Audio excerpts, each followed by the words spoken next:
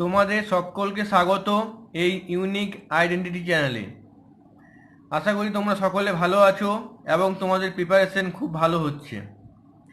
আগের দিন আমরা ডিসকাস করেছিলাম এনভায়রনমেন্টাল ইঞ্জিনিয়ারিংয়ের 4th এবং 5th চ্যাপ্টার মিলে, ওকে। এবং তোমরা কমেন্ট বক্সে জানিয়েছিলে যে নেক্সট টপিক এয়ার পলিউশন হলে খুব ভালো হয়। সেই জন্য তোমাদের জন্য আজকে আমি এয়ার পলিউশনের নোটস বানিয়েছি, যেটা হলো পার্ট 1, ঠিক আছে। কেননা এয়ার পলিউশন অনেকটাই বড়, সুতরাং 2-3টে ক্লাস এর লাগবে। এবং আমি এই নোটসগুলো বানিয়েছি environmental engineering volume 2 by S K Garg, যে বইটার নাম হচ্ছে sewage disposal and air pollution engineering, এবং environmental engineering by Peavy and Rowe, okay. তাহলে এই দুটো বই থেকে বানিয়েছি। আশা করি তোমরা সকলে এই চ্যানেলটি সাবস্ক্রাইব করেছো। যদি এখনও সাবস্ক্রাইব না করে থাকো তাহলে কাইন্ডলি সাবস্ক্রাইব করে দিও, যাতে নেক্সট ভিডিওর আপডেটটি তোমাদের কাছে চলে যায়, ঠিক আছে। তোমরা হয়তো সকলে টেক্সট বই পড়ার ঠিক সময় পাচ্ছ না, অনেকে হয়তো সার্ভিস করছো বা অনেকে এমটেক বা পিএইচডির সঙ্গে যুক্ত আছো। তো তাদের সকলের জন্য আমি এই নোটসগুলো বানিয়েছি এবং জিস্ট করেছি, যাতে সমস্ত টেক্সট বই যদি তোমরা না পড়তে পারো, যদি এই ভিডিওটা ভালো করে দেখো এবং যদি এখান থেকে তোমরা নোটস নিয়ে নাও, এবং তার সঙ্গে যদি কখনো সম্ভব হয় টেক্সট বুক বা ইন্টারনেট কনসাল্ট করো, তাহলে আমার মনে হয় সেটা বেস্ট প্রিপারেশন হবে ডাব্লিউবিপিএসসি এই বা জেইর জন্য, ঠিক আছে। তাহলে আজকে আমরা শুরু করছি এয়ার পলিউশন ইঞ্জিনিয়ারিং, ঠিক আছে। তাহলে এটা হলো এয়ার পলিউশন ইঞ্জিনিয়ারিং পার্ট 1, ঠিক আছে। এর পরের ভিডিওতে আমি পার্ট 2টা দেব। আমরা প্রথমে শুরু করছি primary and secondary air pollutant. তাহলে তোমাদের মনে কোশ্চেন আসতে পারে যে what is primary air pollutant.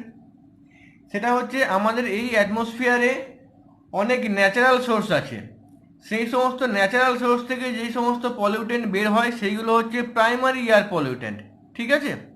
তাহলে প্রাইমারি এয়ার পলিউটেন্ট আমরা এখানে ভাগ করেছি যে ইম্পর্ট্যান্ট, লেস ইম্পর্ট্যান্ট। ইম্পর্ট্যান্টের মধ্যে কী কী আছে? সালফার অক্সাইডস, সেই জন্য লিখেছি SOX ইন জেনারেল। যেমন সালফার ডাইঅক্সাইড হতে পারে, ওকে, সেক্ষেত্রে SO2 হবে। সালফার ট্রাইঅক্সাইড হতে পারে, SO3 হবে। সালফার অক্সাইড হতে পারে, সেখানে SO হবে, ঠিক আছে। Carbon monoxide CO, nitrogen oxide NO and NO2, lead মানে PB, hydrocarbon, allergic agent like pollen, spores etcetera, and radioactive substances, okay. তাহলে এইগুলো হয়ে গেল ইম্পর্ট্যান্টের মধ্যে। আর লেস ইম্পর্ট্যান্ট কোনগুলো আছে? যেমন H2S, হাইড্রোজেন সালফাইড, তোমরা সকলেই নাম শুনেছ। Hydrogen fluoride and other fluorides, methyl and ethyl mercaptans, ঠিক আছে। তাহলে এই তোমরা নামগুলো মনে রেখে দিও প্রাইমারি এয়ার পলিউটেন্টের জন্য। অনেক সময় কোশ্চেন আসে এদের মধ্যে কোনটা প্রাইমারি এয়ার পলিউটেন্ট নয় অথবা প্রাইমারি এয়ার পলিউটেন্ট অপশনের মধ্যে, ঠিক আছে। তাহলে এটা মনে রেখে দিও। নেক্সট আসছি আমরা সেকেন্ডারি এয়ার পলিউটেন্ট, ঠিক আছে। তাহলে সেকেন্ডারি এয়ার পলিউটেন্ট কোনগুলো? সেকেন্ডারি এয়ার পলিউটেন্ট হচ্ছে যে বেশ কিছু প্রাইমারি এয়ার পলিউটেন্ট যেখানে রিয়েকশন করে সেকেন্ডারি পলিউটেন্ট তৈরি করে, ঠিক আছে। যেমন দেখো সালফিউরিক অ্যাসিড, যার ফর্মুলা হলো H2SO4, তোমরা সবাই জানো। সেটা হচ্ছে reaction between sulphur dioxide and H2O vapour, ঠিক আছে। তাহলে বললাম যে বেশ কিছু প্রাইমারি এয়ার পলিউটেন্ট অন্য কিছুর সঙ্গে রিয়েকশন করে আমরা সেকেন্ডারি এয়ার পলিউটেন্টটা পাই, যেমন সালফিউরিক অ্যাসিড, ঠিক আছে। নেক্সট হচ্ছে ওজোন মানে O3, যেটা পাওয়া যায় photochemical reaction between HC and nitrogen oxide in Sunlight, মানে সূর্যালোকের উপস্থিতিতে একটা ফটোকেমিক্যাল রিয়েকশন হয় হাইড্রোকার্বন এবং নাইট্রোজেন অক্সাইডের মধ্যে, ফলে আমরা পাই ওজোন গ্যাস, ঠিক আছে। নেক্সট ফর্মালডিহাইডস, সেটা হচ্ছে photochemical oxidation of hydrocarbon in the atmosphere. প্রকৃতির মধ্যে হাইড্রোকার্বন যখন ফটোকেমিক্যাল অক্সিডেশন হয় তখন আমরা ফর্মালডিহাইড পাই।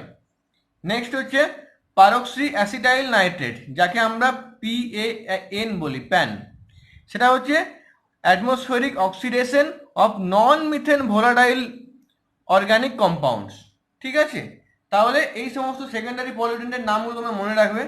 আমি আগেই বললাম যে তোমাদেরকে অপশানে জিজ্ঞেস করতে পারে যে কোনটা প্রাইমারি এয়ার পলিউটেন্ট, কোনটা সেকেন্ডারি এয়ার পলিউটেন্ট, ওকে। নেক্সট হচ্ছে পার্টিকুলেটস পলিউটেন্ট, মানে কোন কোন পলিউটেন্টগুলো পার্টিকুলেট ফর্মে থাকে।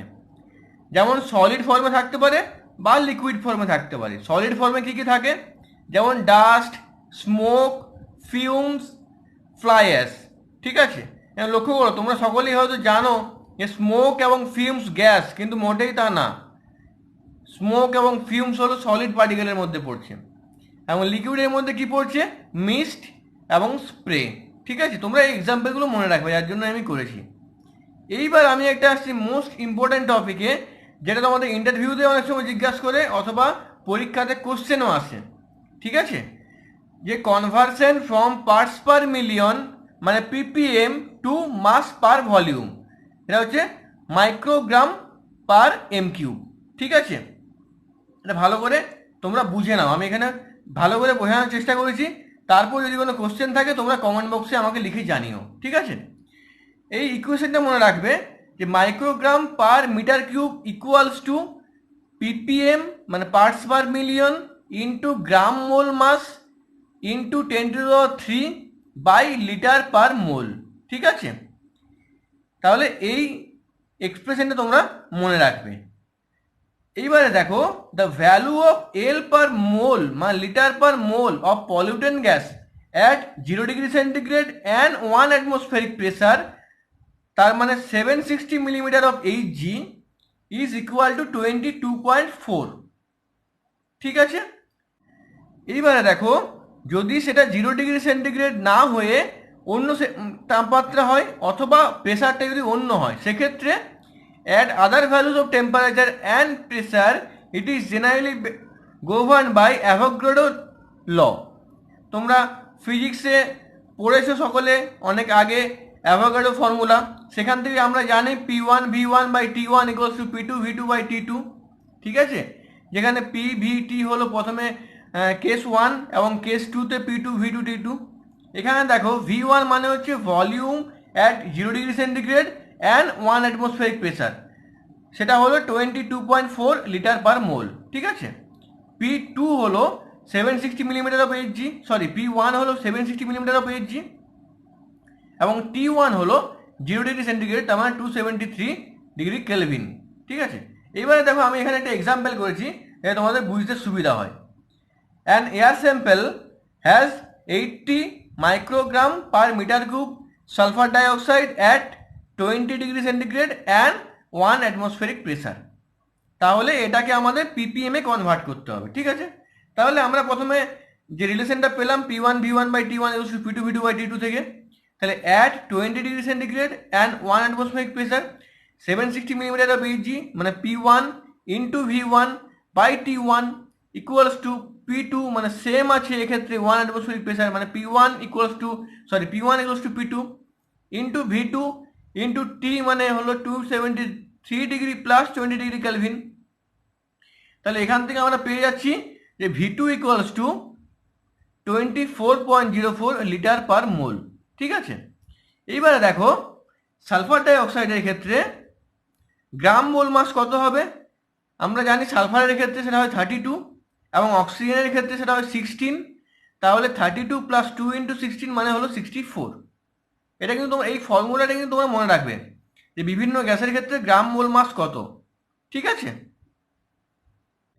দেখো আমরা জানি 1 microgram per M cube SO2 equals to 1 ppm অফ SO2 ইন্টু 64, আমরা একটু আগে ক্যালকুলেশন করে বের করেছি, মানে গ্রাম মোল মাস বাই 24.04 যেটা হলো 20°C and 1 atmospheric pressure into 10⁻³।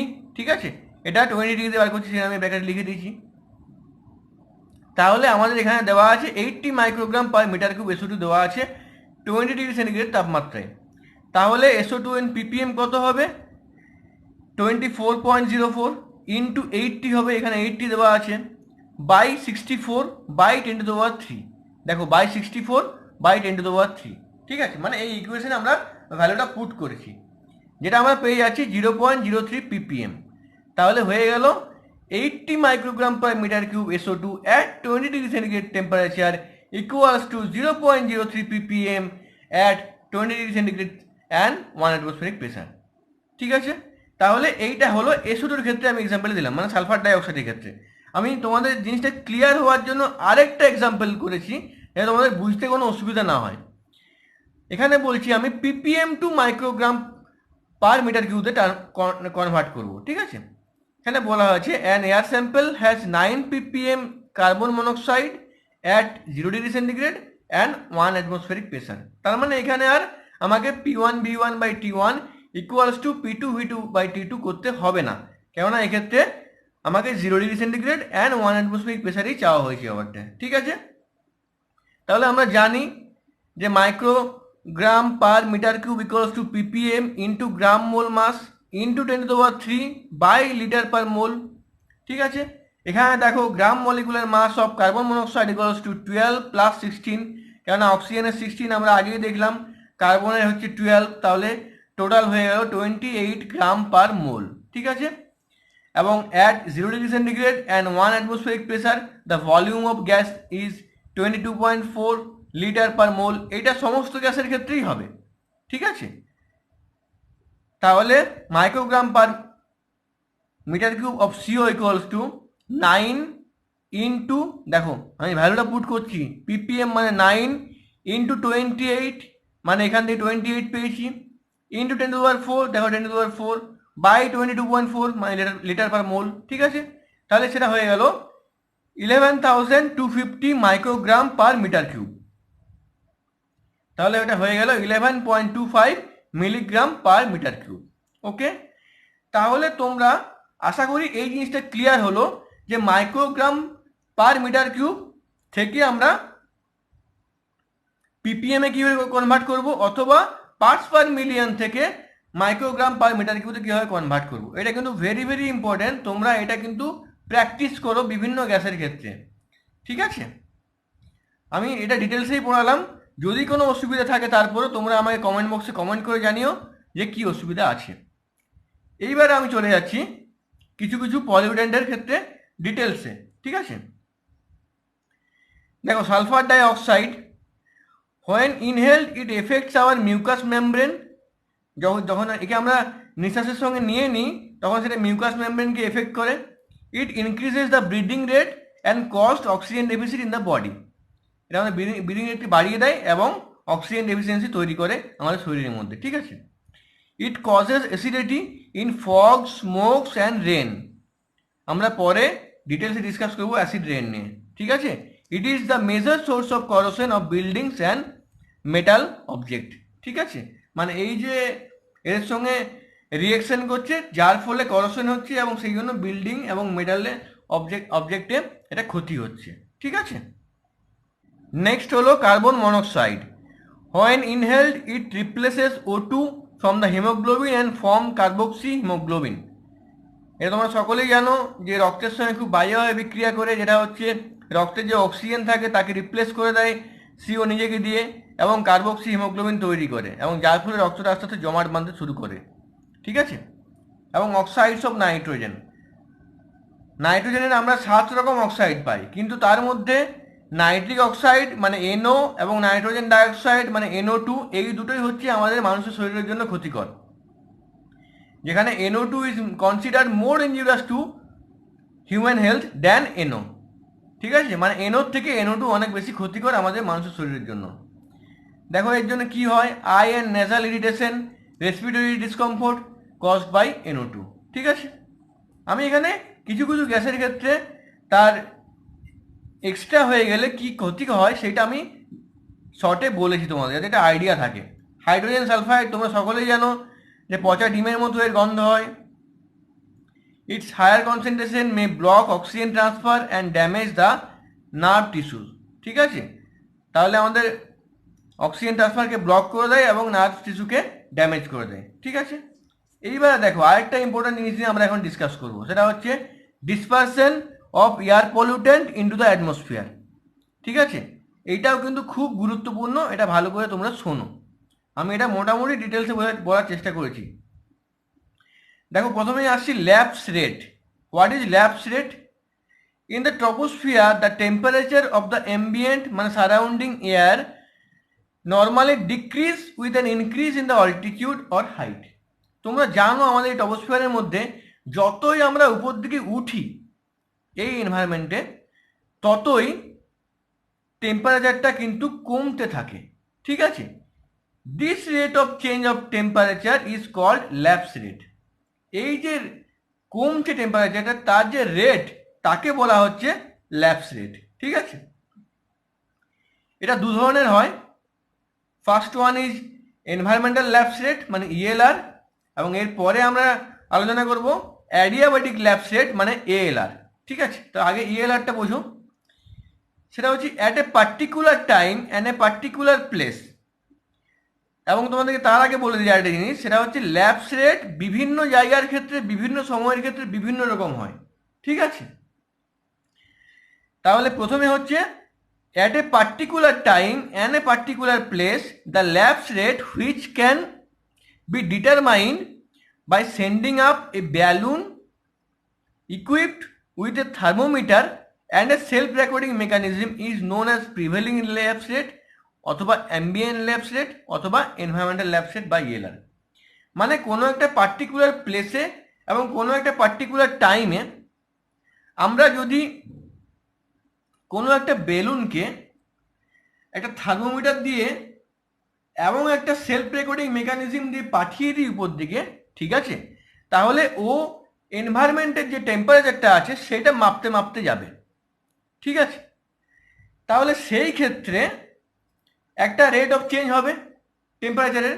তাহলে সেই ক্ষেত্রে সেই রেটটাকে আমরা বলছি প্রিভেলিং ল্যাপস রেট অথবা অ্যাম্বিয়েন্ট ল্যাপস রেট অথবা এনভায়রনমেন্টাল ল্যাপস রেট। ঠিক আছে, তাহলে এটা গেল ELR. Next adiabatic lapse rate বা ALR. It is very necessary to differentiate between the environmental lapse rate and the internal temperature change which occurs within the rising parcel of air gases.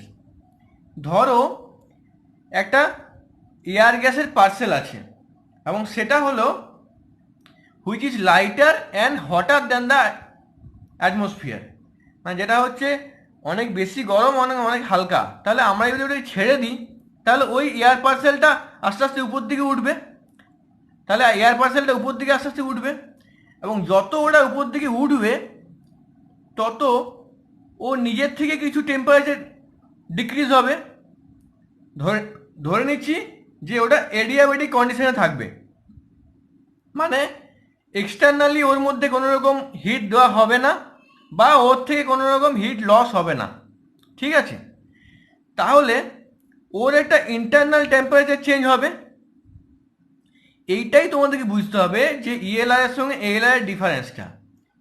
ইএলআর হচ্ছে এনভায়রনমেন্টের ব্যাপার, মানে আমার এনভায়রনমেন্টে কী রেটে টেম্পারেচারে change হচ্ছে, আর এএলআরটা হচ্ছে সেটা হচ্ছে অ্যাকচুয়ালি ওই এয়ার পার্সেলের মধ্যে কী রেটে টেম্পারেচারটা চেঞ্জ হচ্ছে।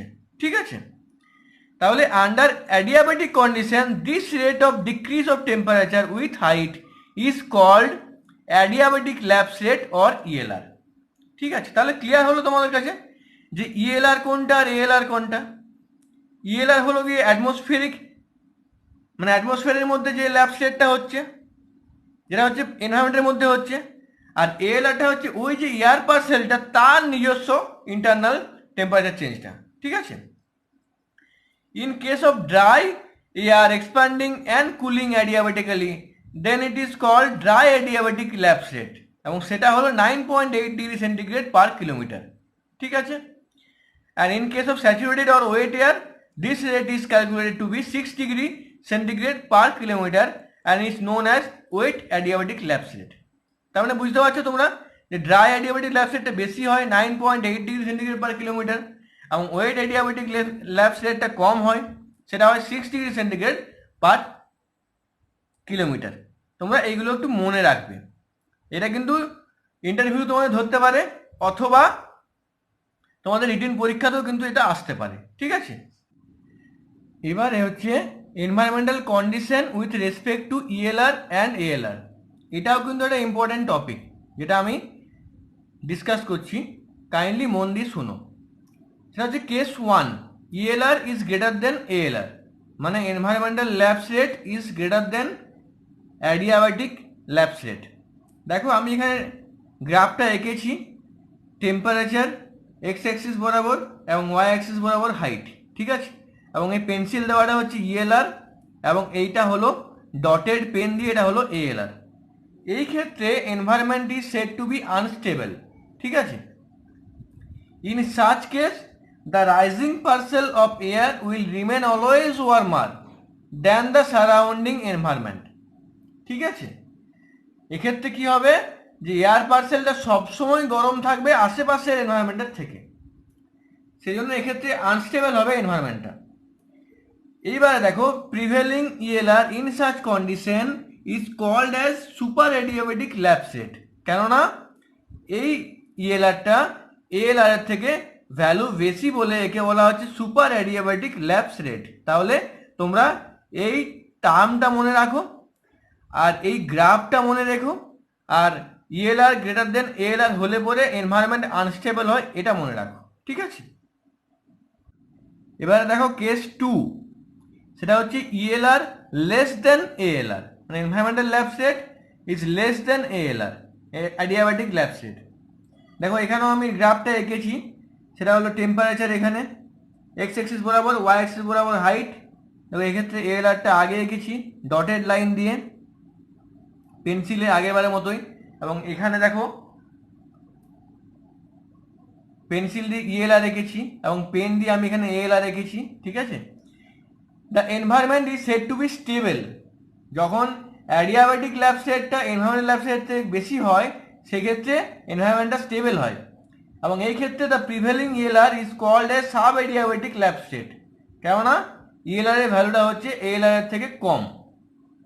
তাহলে তোমরা এখানেও মনে রাখো, যদি ELR ELR যদি লেস দেন ALR হয় তাহলে এনভায়রনমেন্ট কিন্তু স্টেবল হয়, ঠিক আছে।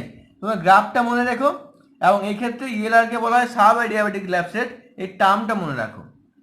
এবার দেখো কেস 3, যখন ELR ইকুয়ালস টু ALR হয়ে যাবে সেই ক্ষেত্রে এনভায়রনমেন্টটা নিউট্রাল হয়ে যাবে, এটা মনে রাখো। তাহলে তিনটে কেস হলো stable, unstable, neutral. ELR less than ALR হলে stable, ELR greater than ALR হলে আনস্টেবল, এবং ELR ইকুয়াল টু ALR হলে পরে নিউট্রাল, ঠিক আছে। এবার দেখো negative lapse rate and inversion, সেটা কি জিনিস। when the temperature of the environment or the ambient air increases with altitude, আমরা কি জানি decreases with altitude নর্মাল কেসে, কিন্তু যখন টেম্পারেচারটা অল্টিটিউডের সঙ্গে সঙ্গে বাড়বে then the lapse rate become inverted or negative from its normal state, ঠিক আছে। তাহলে বুঝতে পারছো নর্মাল কন্ডিশনে টেম্পারেচারটা কমে অল্টিটিউড বাড়ার সঙ্গে সঙ্গে, কিন্তু যখন টেম্পারেচার বাড়বে অল্টিটিউড বাড়লে পরে তখন ল্যাপস রেটটা ইনভার্টেড হয়ে যায় এবং নেগেটিভ হয়ে যায়। দেখো আমি এখানে রেখেছি, যদি এক্স এক্সিসে টেম্পারেচার, ওয়াই এক্সিসে হাইট হয়, দেখো এই যে ব্ল্যাক পেন দিয়ে আমি এঁকেছি এটা হলো নেগেটিভ ল্যাপস রেট, ঠিক আছে। আর এইটা দিয়ে এই ব্লু পেন দিয়ে এঁকেছি এটা হচ্ছে নর্মাল ল্যাপস রেট, আমরা আগে দেখেছি। এইবারে একটা জিনিস দেখো যেটা আমি বলিনি এখন বলছি, রেড পেন দিয়ে আমি যেটা এঁকেছি এটা হচ্ছে আইসোথার্মাল, ঠিক আছে। মানে হচ্ছে যে ল্যাপস রেট নো চেঞ্জ, মানে no change in temperature with height, তাকে বলা হচ্ছে আইসোথার্মাল। ল্যাপস রেট কখন আসে, যখন টেম্পারেচার কমে বা বাড়ে হাইটের সঙ্গে সঙ্গে। যদি টেম্পারেচার কমে তাহলে হয়ে যায় নর্মাল ল্যাপস রেট, যদি টেম্পারেচার বাড়ে অল্টিটিউডের সঙ্গে সঙ্গে তাহলে হয়ে যায় নেগেটিভ ল্যাপস রেট, যদি টেম্পারেচার কমে তাহলে নর্মাল ল্যাপস রেট, এবং যদি টেম্পারেচার না কমে মানে একই থাকে হাইট বাড়ার সঙ্গে সঙ্গে তাহলে সেটা হয়ে যায় আইসোথার্মাল। তোমরা আরেকটা জিনিস মনে রাখবে, সেটা হচ্ছে both in case of isothermal and negative lapse rate environmental is stable, ঠিক আছে। তাহলে একমাত্র যখন ELR গ্রেটার দেন ALR হবে তখন একমাত্র আনস্টেবল হবে, বাকি সমস্ত ক্ষেত্রে এনভায়রনমেন্ট স্টেবল হবে, এবং যখন ELR ইকুয়াল টু ALR হয়ে যাবে তখন এনভায়রনমেন্ট নিউট্রাল হবে, ঠিক আছে। এবার দেখো এই ইনভার্সন আবার দু ধরনের হয়, আমি এখানে ছোট করে বলেছি। নাম্বার 1 ইজ রেডিয়েশন ইনভার্সন, ঠিক আছে। when earth cools rapidly and more quickly than the air above it, যখন মাটিটা চারপাশের বাতাসের থেকে জলদি করে ঠান্ডা হয়ে যায় তখন হয় রেডিয়েশন ইনভার্সন। জেনারেলি রাতের বেলায় এটা হয়, যেখানে খুব গরম থাকে রাতের বেলায় কিন্তু জলদি করে মাটিটা কিন্তু ঠান্ডা হয়ে যায়, কিন্তু তখনও এয়ারটা কিন্তু ঠান্ডা হয় না। Next is subsidence inversion. এটা কখন হয়? It is caused by the characteristic sinking or subsiding motion of air in a high pressure area surrounded by low pressure. ঠিক আছে, যেখানে হাই প্রেসার থাকবে এবং তার চারপাশে লো প্রেসার থাকবে, যেমন অ্যান্টি সাইক্লোনের ক্ষেত্রে এটা হয় আর কি। সেই ক্ষেত্রে যে ক্যারেক্টারিস্টিক সিঙ্কিং বা সাবসিডাইং মোশন হয় বাতাসের, তখন হয় সাবসিডেন্স ইনভার্সন। ঠিক আছে, এবং ডবল ইনভার্সন কখন হয়? যখন রেডিয়েশন এবং সাবসিডেন্ট ইনভার্সন দুটো একসঙ্গে হয় তখন তাকে বলে ডবল ইনভার্সন। তাহলে আজকে আমরা এয়ার পলিউশন পার্ট 1 শেষ করলাম। কেমন হচ্ছে সেটা তোমরা কমেন্ট বক্সে জানিও। এরপর আমি পরের টপিকে যাব এয়ার পলিউশনের। ঠিক আছে, তো আশা করছি তোমাদের এই ভিডিওটা ভালো লেগেছে। যদি এই ভিডিওটা ভালো লেগে থাকে তাহলে অবশ্যই লাইক, কমেন্ট এবং শেয়ার করবে তোমাদের বন্ধুদের মধ্যে, যাতে অনেক বেশি সংখ্যক অ্যাসপিরেন্ট এটা দেখে এবং তারা অনেক লাভবান হয়। এবং যদি এখনও আমার চ্যানেলটি সাবস্ক্রাইব না করে থাকো তাহলে কাইন্ডলি চ্যানেলটি সাবস্ক্রাইব করে দিও এবং বেল আইকনটি প্রেস করবে, যাতে তোমরা নেক্সট নোটিফিকেশনটি পেয়ে যাও। তাহলে আজকে এই পর্যন্তই। পরের দিন আমি আবার এয়ার পলিউশনের নেক্সট পার্ট নিয়ে আসবো। Thank you very much and all the best for your future এন্ডিভিয়ার।